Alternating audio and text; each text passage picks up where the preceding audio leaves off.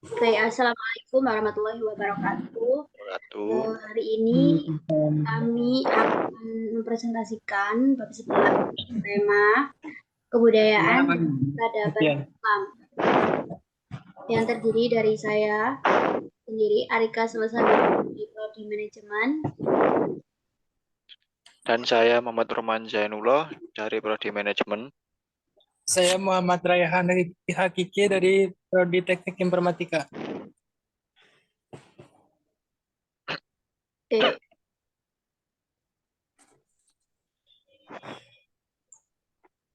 Ini aku. Ya, untuk materi yang akan dibahas kali ini, yaitu ada 3 materi. Yang pertama adalah A, konsep kebudayaan dan peradaban Islam. Yang kedua, belum. Ulang.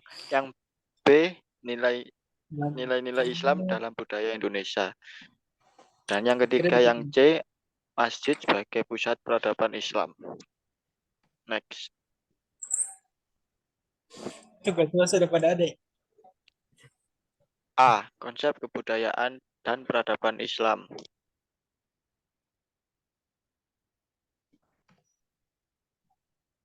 Next.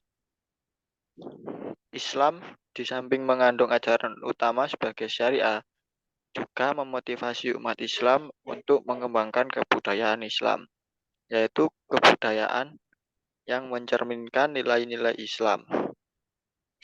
Islam tidak melarang umatnya untuk mengembangkan budayanya, bahkan mendorongnya, tetapi ada batas-batas yang harus diperhatikan dalam pengembangannya itu sehingga tidak menyimpang dari nilai-nilai Islam yang berusaha menjaga fitrah hidup manusia untuk memperoleh kemudahan, kesenangan hidup, tetapi selamat dari perilaku yang menyimpang dan menyesatkan. Al-Quran memandang bahwa kebudayaan itu merupakan suatu proses dan meletakkan kebudayaan sebagai eksistensi hidup manusia. Kebudayaan merupakan suatu totalitas kegiatan manusia yang meliputi kegiatan awal, kegiatan akal, hati, dan tubuh yang menyatu dalam suatu perbuatan. Oleh karena itu, secara umum dapat dipahami bahwa kebudayaan adalah hasil olah akal, budi cipta, karsa, dan karya manusia. Ia tidak mungkin terlepas dari nilai-nilai kemanusiaan, namun bisa jadi lepas dari nilai-nilai ketuhanan. Dalam perkembangannya, perlu dibimbing oleh wahyu dan aturan-aturan yang mengikat, agar tidak terperangkap pada ambisi yang bersumber dari nafsu hewani, sehingga akan merugikan diri sendiri dan orang lain. Agama berfungsi untuk membimbing manusia dalam mengembangkan akal budinya, sehingga kebudayaan yang beradab atau peradaban Islam. Next.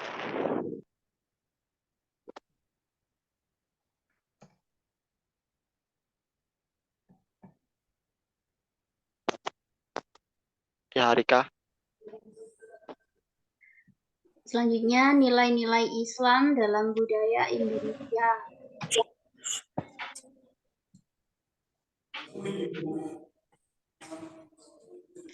Yang pertama, Islam masuk ke Indonesia lengkap dengan budayanya. Karena Islam berasal dari negeri Arab, maka Islam yang masuk ke Indonesia tidak terlepas dari budaya Arabnya. Yang kedua, pada awal-awal masuknya Islam ke Indonesia, dirasakan sangat sulit membedakan mana ajaran Islam dan mana budaya Arab. Yang ketiga, masyarakat awam menyamakan perilaku yang ditampilkan oleh orang Arab dengan perilaku ajaran Islam. Seolah-olah apa yang dilakukan oleh orang Arab itu semuanya mencerminkan ajaran Islam. Bahkan hingga kini budaya Arab masih melekat pada tradisi masyarakat Indonesia. Next, Raihan. Oke. Di zaman modern ada satu fenomena yang menarik untuk pemahaman kita sebagai generasi muda umat Islam, khususnya mahasiswa. Dalam mempelajari dan mengamalkan ajaran Islam, mereka berpandangan bahwa Islam yang benar adalah segala sesuatu yang ditampilkan oleh Nabi Muhammad SAW. Secara itu termasuk nilai-nilai budaya Arabnya. Dalam kajian budaya sudah sudah barang tentu apa yang ditampilkan dalam perilaku kehidupannya terdapat nilai-nilai budaya lokal, sedangkan nilai-nilai Islam itu bersifat universal. Maka dari itu sangat dimungkinkan apa yang dicontohkan oleh Nabi dalam muamalah ada nuansa-nuansa budaya yang dapat aku tulisasikan dalam kehidupan modern Aktualisasikan. dari sesuaikan dengan muatan budaya lokal masing-masing. Contohnya dalam cara berpakaian. Corak dan potongan baju yang dikenakan oleh Rasulullah merupakan budaya yang ditampilkan oleh orang Arab yang menjadi ajaran adalah penutup aurat, kesederhanaan, kebersihan, dan kenyamanannya. Sedangkan bentuk dan model pakaian yang dikenakan umat Islam boleh saja berbeda dengan yang dikenakan Nabi Shallallahu Alaihi Wasallam. Demikian halnya cara makan Nabi dengan menggunakan jari jemarinya bukan merupakan ajaran Islam. Selanjutnya Rohman ya. Ya, selanjutnya dalam perkembangan dakwah Islam di Indonesia, para penyiar agama mendakwakan ajaran Islam melalui bahasa budaya, sebagaimana dilakukan oleh para wali songo ya di tanah Jawa. Karena kehebatan para wali Allah dalam mengemas ajaran Islam dengan bahasa budaya setempat, sehingga masyarakat tidak sadar bahwa nilai-nilai Islam telah masuk dan menjadi tradisi dalam kehidupan sehari-hari mereka. Lebih jauh lagi, bahwa nilai-nilai Islam sudah menjadi bagian yang tidak dapat dipisahkan dari kebudayaan mereka. Contohnya seperti dalam upacara-upacara adat dan dalam penggunaan bahasa sehari-hari. Bahasa Al-Quran atau Arab sudah banyak diserap ke dalam bahasa daerah, bahkan ke dalam bahasa Indonesia yang baku. Semua itu tanpa kita sadari bahwa apa yang dilakukannya merupakan bagian dari ajaran Islam atau syariat Islam. Next. Oke. Ya, Arika. Dalam ajaran Islam sendiri, meniru budaya satu kaum boleh-boleh saja, sepanjang tidak bertentangan dengan nilai-nilai dasar Islam. Apalagi yang ditirunya adalah panutan suci Nabi Muhammad SAW. Namun yang tidak boleh adalah menganggap bahwa nilai-nilai budaya Arabnya dipandang sebagai ajaran Islam. Integrasi nilai-nilai Islam ke dalam tatanan kehidupan bangsa Indonesia ternyata tidak sekedar masuk pada aspek budaya semata, tetapi sudah masuk ke wilayah hukum. Sebagai contoh dalam hukum keluarga atau akhwatul syakhsiyah, masalah waris, masalah pernikahan, dan lain-lain, mereka tidak sadar bahwa nilai-nilai Islam masuk ke wilayah hukum yang berlaku di Indonesia. Oleh sebab itu, Munawir Ghazali berani mengatakan bahwa hukum Islam sebagian besar berlaku di Indonesia. Tinggal masalah pidana saja yang belum dapat dilakukan. Next, Raihan, ya.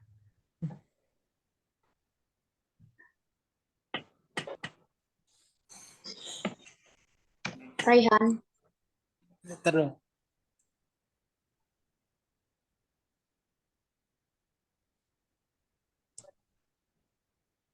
Belum muncul tuh bacanya. Sudah. Sudah? Belum muncul. Belum apa sudah? Belum. Belum. Ya itu dibaca dulu yang C.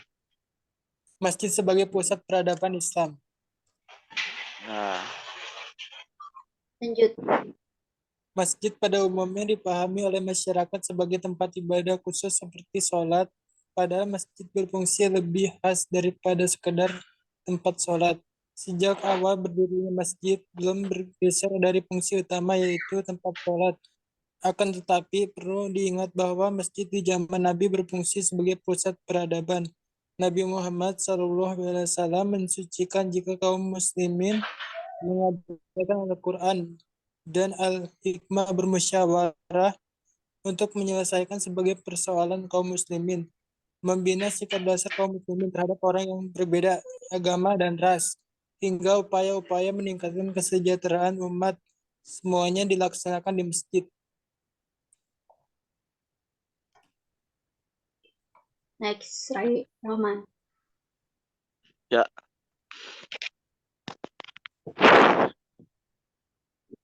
Oke, selanjutnya masjid dijadikan simbol persatuan umat Islam. Selama sekitar 700 tahun sejak Nabi mendirikan masjid pertama, fungsi masjid masih kokoh dan orisinil sebagai pusat peribadatan dan peradaban. Sekolah-sekolah dan universitas-universitas pun kemudian bermunculan. Justru berawal dari masjid. Masjid di Al-Azhar, Mesir merupakan salah satu contoh yang sangat dikenang luas kaum muslimin di Indonesia. Masjid ini mampu memberikan beasiswa bagi pelajar dan mahasiswa. Bahkan pengentasan kemiskinan pun merupakan program nyata masjid. Tapi sangat disesalkan, masjid kemudian mengalami penyempitan fungsi karena adanya intervensi pihak-pihak tertentu yang mempolitik atau memanipulasi masjid sebagai alat untuk memperoleh dan mempertahankan kekuasaan. Masjid hanya mengajari umat tentang belajar baca tulis Al-Quran tanpa pengembangan wawasan dan pemikiran Islam dan tempat belajar umat tentang ilmu fikih. Ibadah bahkan lebih sempit lagi, yaitu ibadah praktis dari salah satu mazhab. Ya, next, Arika. Tapi kini mulai tumbuh kesadaran umat akan pentingnya peranan masjid untuk mencerdaskan dan menyejahterakan jamaahnya. Fungsi dan peran masjid dalam waktu ke waktu terus meluas, membuktikan kesadaran dan pemahaman umat Islam terhadap pemanfaatan masjid semakin meningkat. Meluasnya fungsi dan peran masjid ini seiring dengan laju pertumbuhan umat Islam di Indonesia, baik secara kuantitatif maupun kualitatif, yang tercermin dalam pertambahan jumlah penduduk Muslim dan peningkatan jumlah intelektual Muslim yang sadar dan peduli terhadap peningkatan kualitas umat Islam. Kondisi inilah yang mendorong terjadinya perluasan fungsi dan tugas masjid. Next, Raihan. Dari segi tujuan pendirian masjid misalnya, jika paradigma yang kita sepakati hanya Al-Quran, maka tujuan yang sah mendirikan masjid adalah berdasarkan bahwa kepada Allah, takwa kepada Allah, bukan karena yang lain-lain. Sebagaimana firman Allah Subhanahu wa taala Quran surat At-Taubah ayat 107. Dalam syariat Islam, masjid memiliki dua fungsi utama, yaitu pertama sebagai pusat ibadah ritual, dan kedua berfungsi sebagai pusat ibadah sosial. Dari kedua fungsi tersebut, titik sentralnya bahwa fungsi utama masjid adalah sebagai pusat pembinaan umat Islam.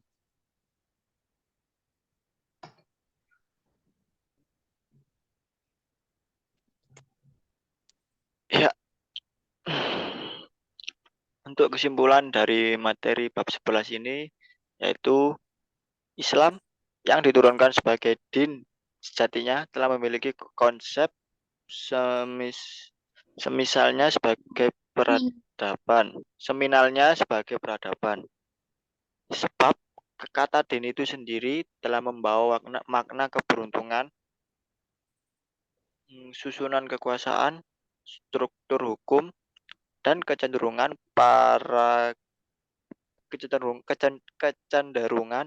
pada kehidupan yang teratur. Dari akar kata din ini, lalu dibentuk akar kata baru madana yang berarti berbudaya, bermartabat, dan maju sesuai dengan makna yang terkandung dalam din.